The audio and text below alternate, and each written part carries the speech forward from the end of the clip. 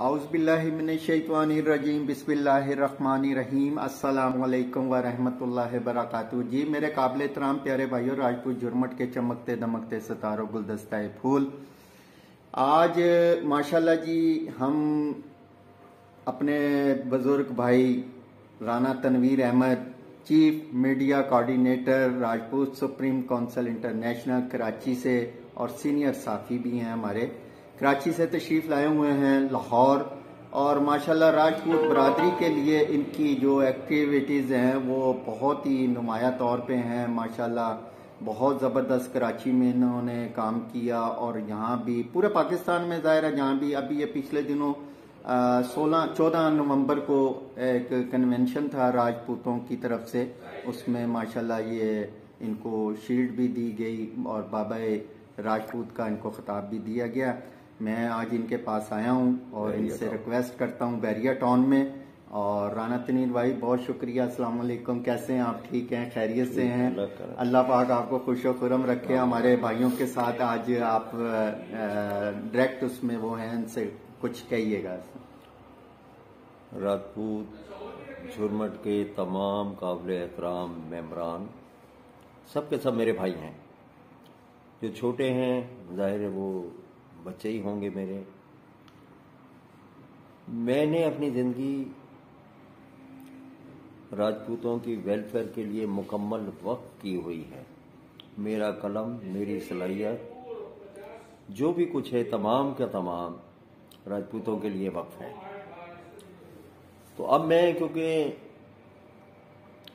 कराची से लाहौर शिफ्ट हो गया हूँ, बैरिया टाउन में मेरी रिहाइश है, तो जो काम मैं कराची में करता आया था उसी मिशन का आगाज़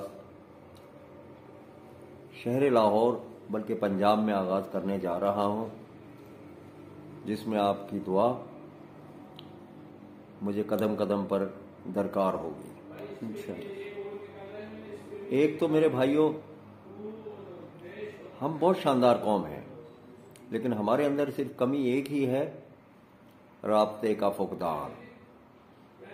तो कोशिश करें राब्ते के फुकदान को ख़त्म करें, अपने टाइम में से कुछ टाइम अपने कौम के लिए निकालें। बरादरी का लफ्ज़ मैं कभी नहीं इस्तेमाल करता राजपूतों के लिए, कि राजपूत एक कौम है, बरादरी नहीं है। बरादरी होती है एक छोटा सा कबीला, हम तो लातादाद कबाइल पर मुश्तमिल एक कौम है। से मैं अक्सर कहता हूँ कि जनाब जितने भी राजपूतों के व्हाट्सएप ग्रुप चल रहे हैं उसमें नंबर 1 पर राजपूत झुरमट है। उस पर मैं टीपू भाई को भी मुबारकबाद पेश करता हूँ और तमाम मेंबरान को भी, कि ये वो काम कर रहे हैं। इसकी मिसाल बिल्कुल इस तरह दे दूं, एक सुई है, एक कैंची है। कैंची का काम है काटना और तकसीम कर देना, और सुई का काम है मुख्तलिफ टुकड़ों को जोड़कर एक ड्रेस तैयार कर देना, एक टेंट तैयार कर देना, एक छतरी तैयार कर देना जिसके नीचे राजपूत बैठ सकें। तो आप सबसे भी यही दरख्वास्त है कि भाइयों सुई का काम करो। दूसरी मिसाल इस तरह से दे दूं, दीवार का काम है तकसीम और पुल का काम है मिलाप।